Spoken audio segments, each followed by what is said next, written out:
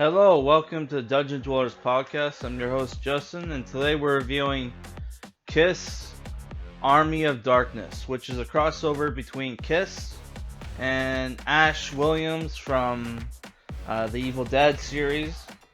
Um, so this was published by Dynamite. I think they currently own the rights to Army of Darkness. I heard though that when Dark Horse owned the rights, their comics were better. I remember hearing Bruce Campbell say that in an interview.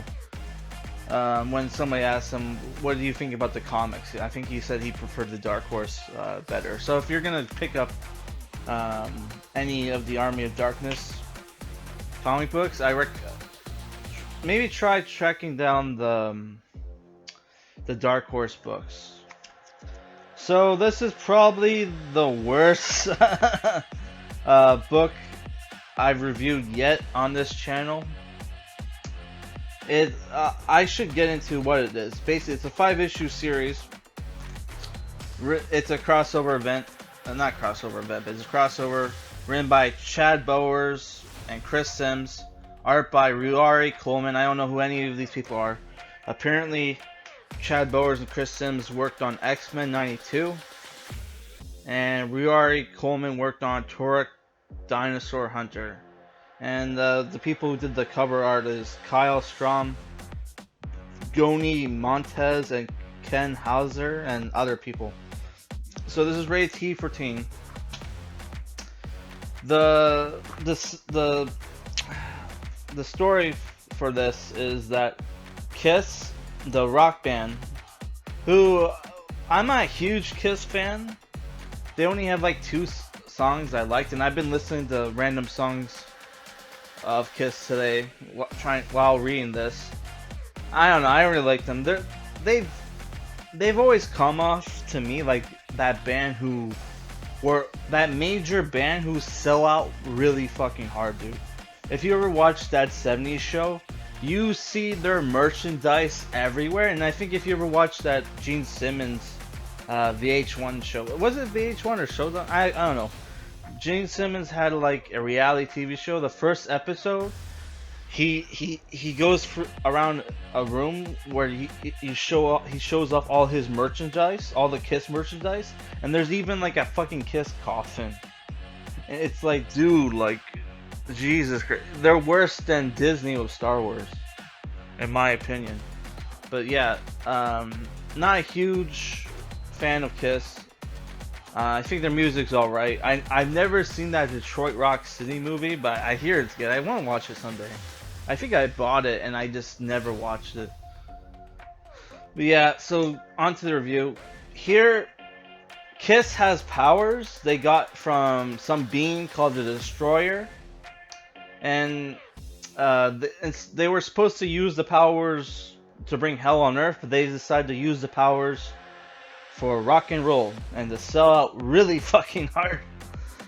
So if you don't know who the members of Kiss are, they're like they wear these costumes, they wear face paint on their faces. There's the Demon, which is Gene Simmons. There's the Star Child, which is Paul something. Spaceman and Catman, who I don't know who those people are. I think Catman's like the drummer. Let's see if there's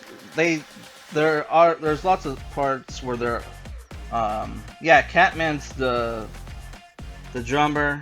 I think that's Spaceman on bass, and I think Demon, which is Gene Simmons, and Star Child, which is Paul something, are both on guitar. Paul being I think his name is Paul, his name is Star Child, is the lead singer. They got magic powers. There's this evil satanic cult that wants to kill them or get a hold of their powers so they can summon the Destroyer. But to do that, they get a hold of the Necronomicon, and they did it. They got a hold of the Necronomicon and fucked up the timeline. So Ash never went to the cabin never got to, become a badass Deadite Slayer, which is the beings, the Necronomicon. I totally butchered it. Summons are called the Deadites or whatever. The Necronomicon was from H.P. Lovecraft's short story. If you ever read H.P. Lovecraft's stuff, it's pretty good. Though, but because his like shit is public domain, a lot of people publish books under his shit, and you have even SJWs now adapting, stealing his ideas and SJWizing them.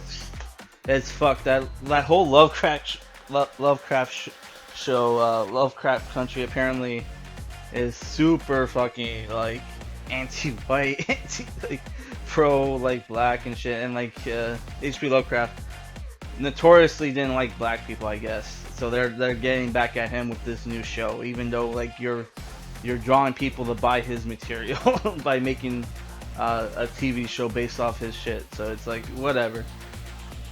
So my problem with the book is Ash and Kiss go back in time to fight the Deadites. The girl, the love interest from Army of Darkness, is the hero now. She lost her hand. She constantly one-ups Ash, belittles him, makes him look like like a pud or whatever, like a beta male. He doesn't become a badass until the very end, despite the fact there's lots of covers of him with his chainsaw hand or arm, whatever you want to call it. You never see him use it. It's never in the book. There's like one scene where he's shooting like a double barrel shotgun and he wields an axe, but not for very long. So like most of the action is with Kiss, and I like the Kiss scenes, even though they're very one-dimensional personality-wise. Gene Simmons is the one that's doing most of the talking. I would say also the dialogue is shit. There's no funny lines from Ash. They're just reusing shit from the movies. There's lots of Kiss references that go way over my head, aside from Love Gun, which is one of the two songs I liked. The art, I would say, is good, but besides from that, this book is not very good. It's overpriced. I paid like $26 for it. It's like for a 5-issue graphic novel or trade paperback. That's a soft cover as well, which the Paragon's Rising Infinite Crisis crossover that I bought recently, that was hardcover, and it was like $2 cheaper. So that, what the fuck. But yeah, I would say this isn't very good. Honestly, like between Freddy vs. Jason vs. Ash and Darkman, those two I remember being way better. And those people, and yeah, it's just like I don't really. This is not really a good book. Like, and if you're a Kiss fan, would you even want to read a comic book by Kiss? Like, not by Kiss, but like with Kiss?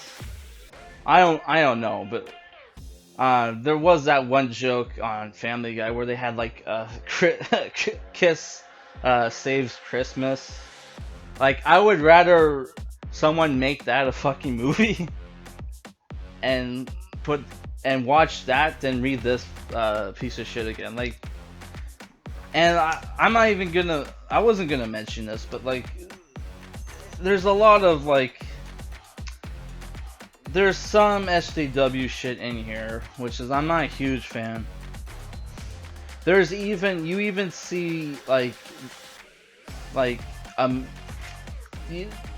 during the medieval village, and you see a person of color, and it's like, did they have people of color back then? Which I don't like using that term, but apparently that's the PC term.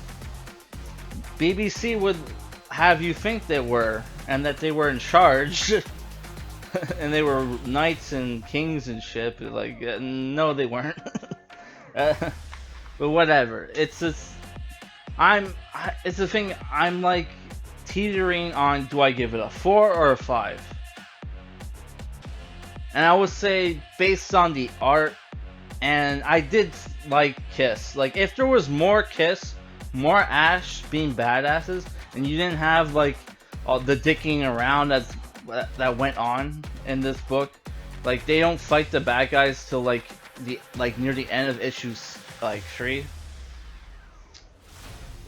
And you like the female characters were kept at the back. Like I guess they wanted female representation, but like you know, like it's just like they like SJWs have this retarded idea of women where like to make women badasses you have to make them basically like men, and it's like putting them in male roles and shit, and it's like no little girl wants to